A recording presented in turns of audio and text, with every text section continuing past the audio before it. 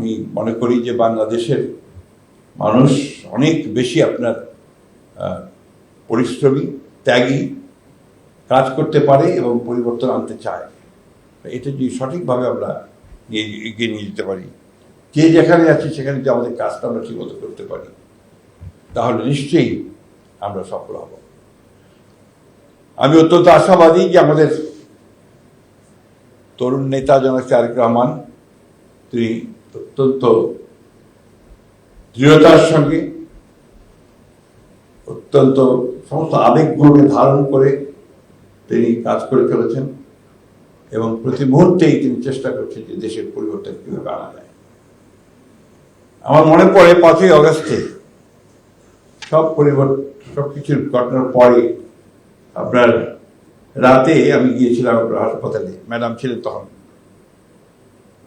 Ever care হাসপাতালে। আমি তাকে গিয়ে যখন বললাম যে ম্যাডাম আপনি এখন মুক্ত, কারণ ওই সিদ্ধান্ত মিটিংয়ে বঙ্গভবনের সিদ্ধান্ত হয়ে গিয়েছিল যে শি ইজ রিলিজড নাও।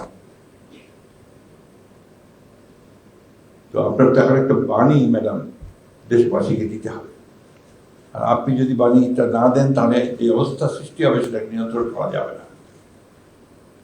আপনি খুবই অসুস্থ, আপনি তো কিছু বলতে পারবো না। আমরা আপনি 2-4-5 কথা আপনি বলেন, রেকর্ড করে নিয়ে আমরা ছেড়ে দিই। আমরা রেকর্ড করেছিলাম তেমন জায়গার কথা।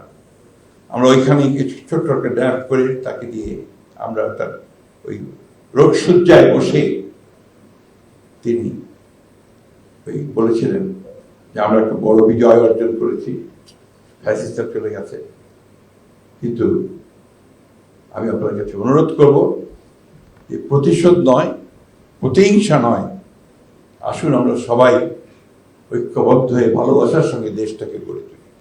আপনাদের মনে থাকার কথা, মানে কথাটা এরকমই প্রায়। এই মহেশী মহিলা, তার কথা যদি আজকে আমি না বলি, আমরা জুলাই যুদ্ধের অনেকের কথা বলছি, কিন্তু এই মহিলা তার সারাটা জীবন গণতন্ত্রের জন্য লড়াই করেছেন। সারা জীবন, যখন থেকে তিনি রাজনীতিতে এসছেন তখন থেকে তিনি এই গণতন্ত্রের জন্য লড়াই করেছেন। ক্ষমতায় থেকেছেন তখনও, যখন বিরোধী ছিলেন তখন। আমি তাকে বলতাম যে প্রথম নারী মুক্তিযোদ্ধা। এটা অনেকে ক্ষিপ্ত হতে আমার উপরে, বিশেষ করে আপনার আওয়ামী বুদ্ধিজীবীরা। আসলে তো নারী মুক্তিযোদ্ধা ছিলেন তিনি প্রথম, কারণ ওই 1971 সালের ওই 26শে মার্চে যখন শহীদ প্রেসিডেন্ট জিয়াউর রহমান বিদ্রোহ ঘোষণা করে চলে যান ওই শেষে আপনার পোর্টে এসে বিদ্রোহ ঘোষণা, তখন তিনি কিন্তু তার কাছে এসেছিল সমস্ত বাঙালি সৈনিকেরা যে আমাদের অস্ত্র সমর্পণ করতে বলছে, আমরা কি করব। তিনি বলেছেন যে তোমাদের নেতার নির্দেশ না পাওয়া পর্যন্ত, কমান্ডারের নির্দেশ না পাওয়া পর্যন্ত তোমরা কোনো অস্ত্র সমর্পণ করবে না। তখন থেকে শুরু হয়েছিল তার সেই যাত্রা। তারপরে আপনারা জানেন যে উনি সেই দীর্ঘ 9 মাস মধ্যে প্রায় 7-8 মাসে তিনি কারাগারে ছিলেন পাকিস্তান সেনাবাহিনী। কখনো আপোষ করেননি, শেষ মুহূর্ত পর্যন্ত তিনি আপোষ করেননি, যার ফলে কারাবাস করেছেন। 5ই আগস্টেই তিনি প্রথম মুক্ত হয়েছেন। তাকে আজকে শ্রদ্ধার সঙ্গে স্মরণ করছি সমস্ত জুলাই শহীদদের, জুলাই যোদ্ধাদের, আহতদের, যারা এখনো প্রায় 30,000, কেউ চোখ হারিয়েছে, কেউ হাত হারিয়েছে, কেউ পা হারিয়েছে।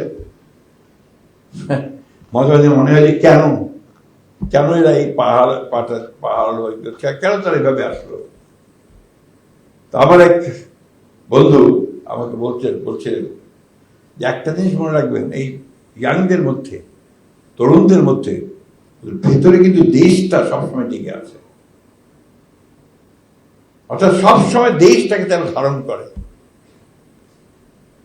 ওই আপনার একেবারে ইংলিশ মিডিয়ামের ছাত্র, আইএসডির ছাত্র, যে কোনদিন রাজনীতির আশেপাশেও যায়নি, কোনদিন তার বাবা মা যেতেও দেয়নি, সেও সেদিন বাবাকে ধাক্কা মেরে, মাকে ধাক্কা মেরে সে বেরিয়ে গেছে রাস্তায়।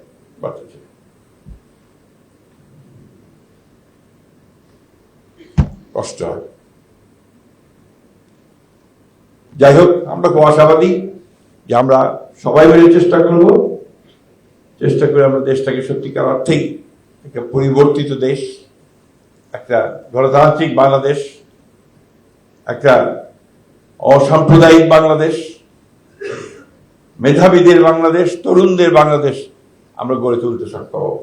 এই হোক আজকে আমাদের, তাদের প্রতি শ্রদ্ধা জানাতে হলে এটাই হওয়া উচিত আমাদের আজকে শ্রদ্ধা, শপথ।